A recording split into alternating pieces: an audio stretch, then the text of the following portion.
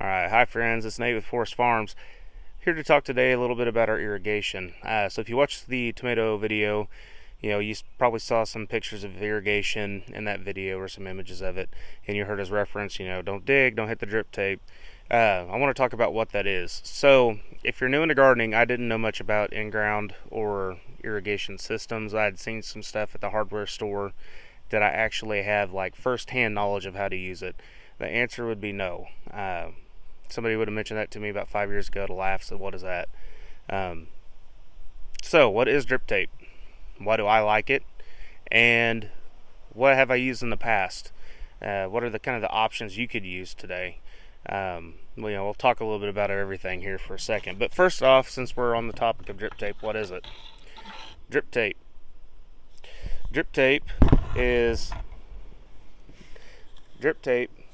a polyethylene plastic tape. It lays flat. That's why I call it tape. It's kind of like the size of a tape. And on the tape, I'm going to get this up here where you can see it. You can order. Let's see if I get it to zoom. You see right there. There's like a little hole or a notch in the tape. So that hole is where the tape will actually emit the water from. So whenever you put this in your garden, whether you put it above ground or below ground, it's going to emit water. The brand of drip tape that I use, not that I'm endorsing them or saying they're better than the other. To be honest, it's my first year using this, but I'm already in love with it, and I'll tell you why. The brand I'm using is Toro. Now, when it comes to irrigation systems, there's a couple things to remember. One, once you pick a brand of drip tape, you may want to make sure and stick with it.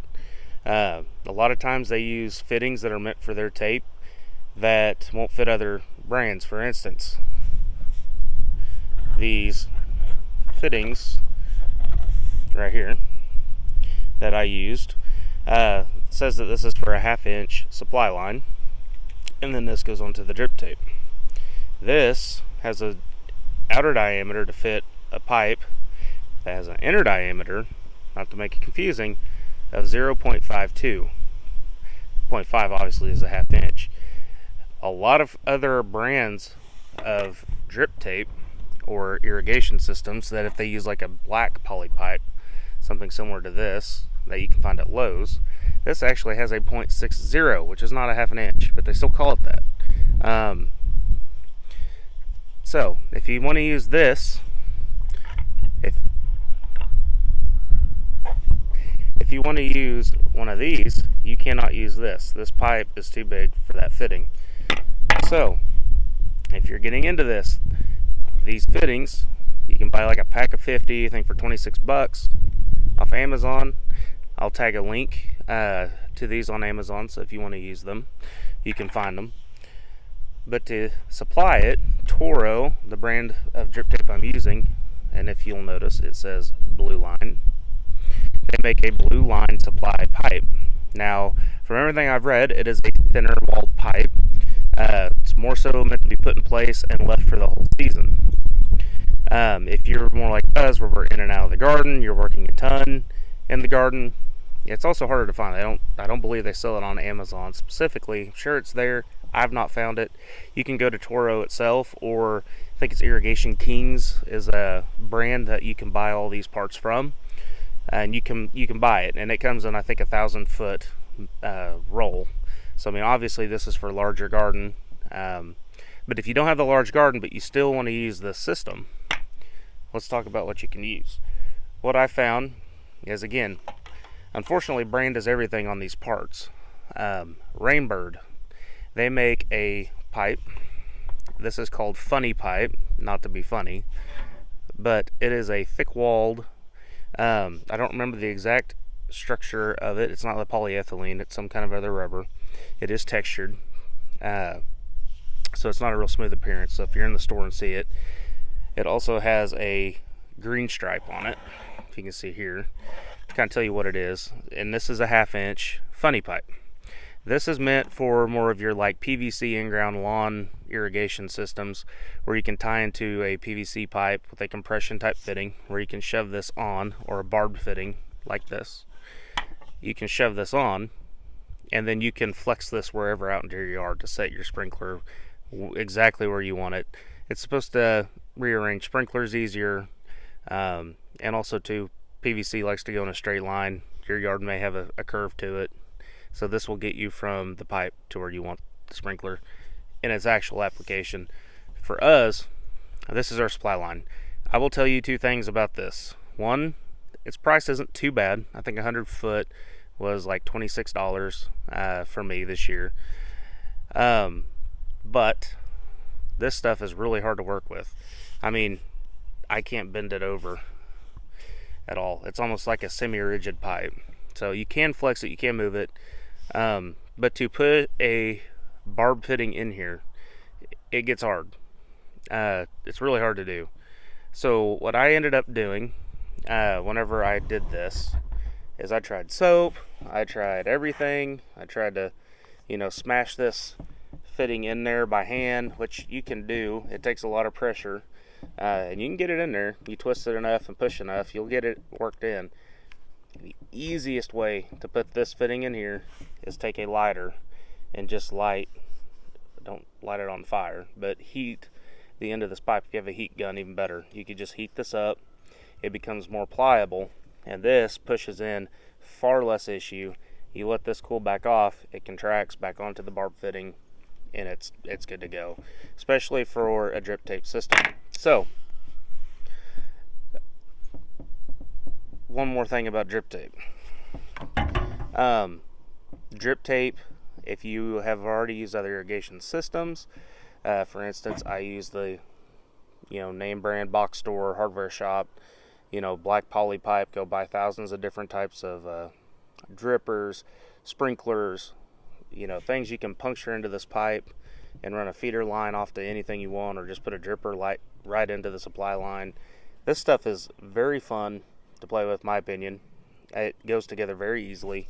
Almost all the fittings, you just undo this lock nut, little pull, you've undone the pipe, and then with this fitting you can just compress it in, minimal pressure, and then just twist the lock nut onto the pipe and you're locked.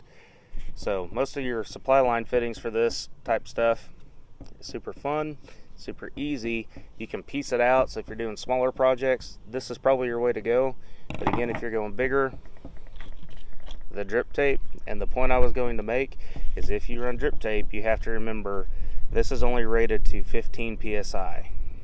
So if your tap water or your water source only puts out 15 psi, you're in luck. I doubt it though. 15 psi is very low pressure, so you have to put a pressure regulator on your water source, and you'll put that in line. And I will go here in a minute. We will look at our system so you can see exactly how I have it set up. So that is one thing about this. Once you hook all this system up, supply and drip system, it is at 15 psi. So it's a low pressure system. So if you wanted to, per se, if you were running this stuff, which you can run straight to the tap, I think it handles like 60 to 100 psi, something crazy. You could technically take off one of your end caps, hook a garden hose on it, and you could use a regular sprayer. Just things to think about. But nonetheless, feel like I'm kind of getting sidetracked on kind of looking at the two systems. Obviously, if you don't want to mess with any of this, hand watering is fun if you have a little bit to do. If you have, for say, like a couple raised beds on your back porch, sure, hand water. Get out there in the morning, water, drink your coffee, get home in the evening, see what grew, pick some stuff, and water. I mean, that's doable. You get to where you're doing something like this, and bigger, you're going to want to probably put an irrigation system in. So again, drip tape, you buy it online. I think a 2,000 foot was like around $125. Depends on what day of the week it is, but the stuff isn't too terribly expensive. You can buy all kinds of fittings, and if you get blue line drip tape, you will want to find blue line fittings, color coordinated, right? So here's a supply tee, so you can go to black like supply line, like the funny pipe that I showed you, or you can buy the blue line supply tape or supply line that you can run, And of course you'll have to get a female fitting to put on the beginning of your irrigation and a male fitting to put on the end. Here is the male fitting, or sorry, the end cap. This is not a male fitting, it's an end cap. So at the end of every run of drip tape, you'll have to put one of these to terminate the tape so it builds the pressure up to let out the water. Certain scenarios may be you run one line of drip tape down, and I'll show you in the garden how this is applied. You may need to put in a T. So here's drip tape running through, but you need to take some drip tape off to go over here. You can put a T in. You can also buy, I don't have any because I didn't need them, but you can buy some 90-degree fittings where they just make a 90 if you just want to make a bend in your drip tape. You know, lots of fittings. Get some parts and pieces and play. That's bottom line. If you're going with the hardware store dripper systems or irrigation systems, but flower beds, get a roll of pipe, get a female fitting and an end cap, and then you can buy all kinds of fittings, play with it. This stuff you can bend, twist, put wherever you want. This stuff takes a little bit more thought. Again, I'll show you the application in our garden and why I like it, because it's cheaper for a larger space. It does offer a lot less water consumption. Per 100 foot, you're going to consume, I believe it was 4.3 gallons per 100 foot per hour. And if I'm watering, for instance, 3,000 square foot, well, I mean, we do the math here, I'd have to sit down and actually look. It would, it's going to be way less than if I use, for say, this system. This system, I'd have to split that garden up into 3 or 4 zones to get the pressure to operate right. Versus this, I run it at low pressure. I can technically run that whole garden off of one faucet, but I split it up into zones just to make sure that we have adequate pressure to all the pipe and I don't have to worry about it. So let's go look at how we have ours set up. Real quick before we go, sorry, I like to get distracted. I just want to show you how these fittings work. So you'll take the drip tape, and if you just kind of pinch the edges together, you'll make it open up. You just simply push the fitting down into the drip tape, maybe a little twist in there. You'll see this is seated. Then you take this blue lock nut and you'll tighten it. And now this fitting is not coming off. That's how easy it is. Now let's say you want to cut it, you ran it too long, you need to cut it, or you want to put a T on, you didn't mean to end it there, you want to add on. It's easy. Just take that lock nut, loosen it up, lift it up, pops right out. This stuff you can cut with scissors. It's super easy to work with. I like burying it in the garden and putting those mounds on it. So enough talking, let's go look at how the actual system is set up. Alright, so this is our irrigation system. Water supply coming up. As you see, we have our water hydrant. And right here, I have a 4-way manifold. That's what I call it. Call it what you want. And so water comes in here, goes to the manifold. I have this one open at all times. Make sure that you use some really good grommets or seals, hose seals, like these. Find those at your local hardware store. They are not all made alike. You may look around and find what works best. Look for the ones that look closest to what came with the hose. Now, if you notice here, I have a 1/2 to 7 gallon per minute regulator. And if you look over here, it says 15 psi. That guarantees that my pressure won't exceed that and overwhelm my system. So the timer systems that we use are Beehive. If you look over here, these are what I used from last year. This is what I'm using this year. Huge upgrade. If you're going to have multiple zones, go with this timer. If you're going to have 2 zones, you can get 2 separate timers. Those are about 50 a piece. This one was about 80 this year. And then underneath here, you will see we have different zones. You'll notice I have different types of hose. It does not matter. They all work, especially at the lower pressure. The Beehive is the easiest one that we have found to use. It appears to be the most consistently working timer. It Bluetooths to your phone. You can set up watering programs, and you can even buy the little Wi-Fi cards so that way you can be at work and you notice it starts raining and you had a program to run today. You can go in there and turn it off, turn it on, and water from anywhere. Otherwise, it's Bluetooth. You just have to be within 150 feet. You can access it on the app. You can set up a watering program, start timer, manual timed waterings, and everything else like that. So this is where we start, and we will chase the garden hose across our yard.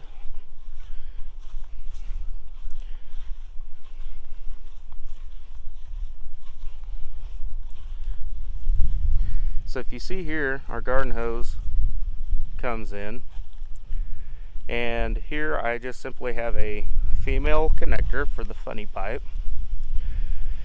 made by Rainbird, and then I went to, as you see here, I have a T from the supply line to the drip tape, and then I just ran T supply line to drip tape, and then here I simply ran that on top of the row. I had these rows planted before I installed all the drip tape, so we just simply laid these on top.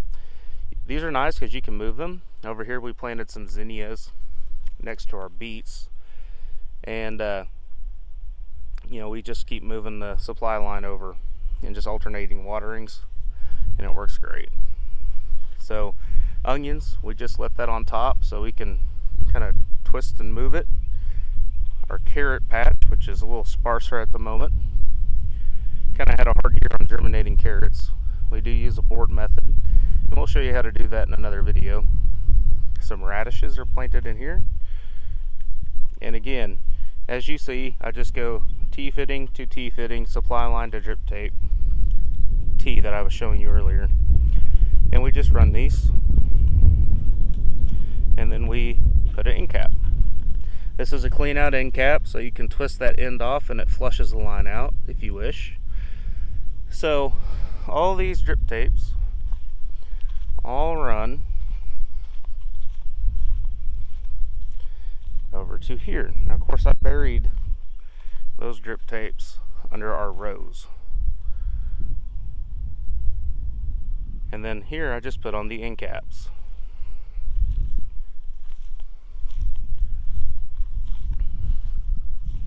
Yeah, I gotta get some weeds out, I know,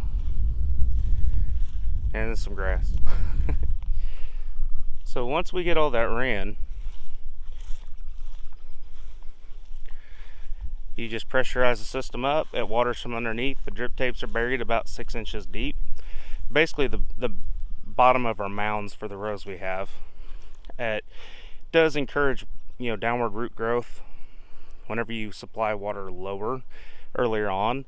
And then really as gravity pushes the water further into the soil, we're hoping to irrigate, imagine like a water table we're creating in our garden. So our theory on it is we're trying to water below the plants so they continue to grow down.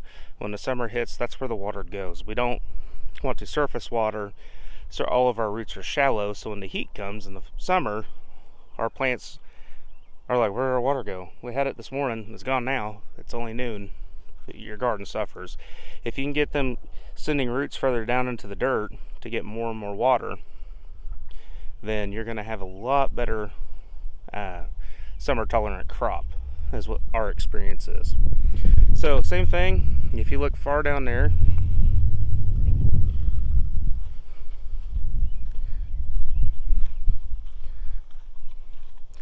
you notice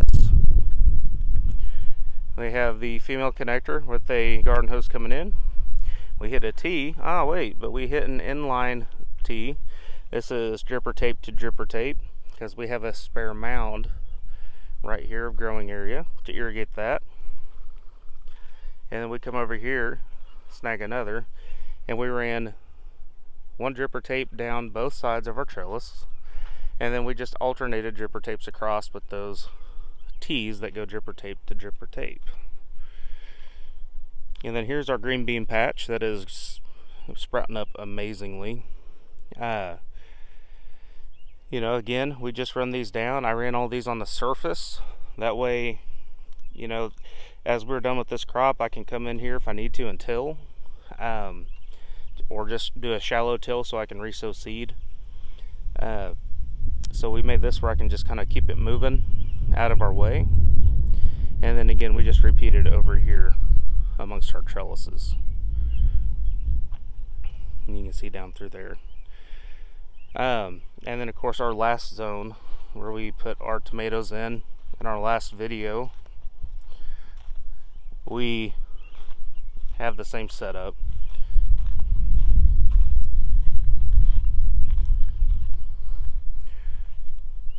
Same setup. Supply line to T, and T goes right down the row to an end cap. I have this set up into 3 zones. Currently I'm watering each one about 2 hours at a time when it was getting very dry, and seems to be keeping the soil moisture very nice. Our plants seem to be loving it this year, and you know, we can increase that or decrease that as the season requires. We're watering about every other day. We believe in the whole method of soak everything and then let it dry out, kind of like as if a rain hit. And when it comes to irrigation, that's kind of the golden rule, is you don't want to keep everything soaked and wet feet. You just want to keep everybody nice and, you know, nice and moist. Nice moist soil, or you can drench and let it dry and just keep cycling that. It allows the plant to get what it wants and to be able to get out of it if it didn't like it. So that's our garden in a nutshell of how we irrigate it. I hope that was informative and showed you enough of how all the fittings work. Outside of that, you kind of have to look at what's the easiest route to put all your irrigation in. If I run one line, how many things can I access in one run? You know, and you may have to switch between the types of pipe. You may have to go from a dripper back to a supply, back to a dripper to keep from watering across something you don't want watered. Maybe a walkway or whatever. The bottom line is you're going to have to get out and play at a certain point on how to do this. My point of it is it's not that complicated to assemble it. It just takes a little bit of effort on how to actually apply it once you have it assembled. Get out and play. There's no right or wrong way to do this. It's what works. This works for us great. You know, with us both working and only being able to really work out here a couple of days a week and just trying to stay on top of it, watering becomes a very hard task to stay on top of. So by doing the automated irrigation, 1, it saves water, 2, it makes it so much easier and you water more efficiently, and it also helps you lay out your plantings. So, you know, it all around, I would suggest it. I love it. It makes it enjoyable to be able to just come out here and work the garden and not really have to water. The only time you'll see me with the garden hose or my wife is if I don't have the irrigation hooked up, or we just sowed seeds and, you know, they're right on the surface. So that you will have to manually water to keep them going. But once they're growing, irrigation all the way. Well, thanks for checking in and watching this tutorial on how we do it. And if you have any questions, please send a comment below. We'll be more than happy to try to take an answer for you. If you have an irrigation set up on your own garden, why don't you give it a share on our Facebook page? Send it to us. We'll take a look. I'd love to see what everybody's doing, and hope to talk to you guys soon. You take care.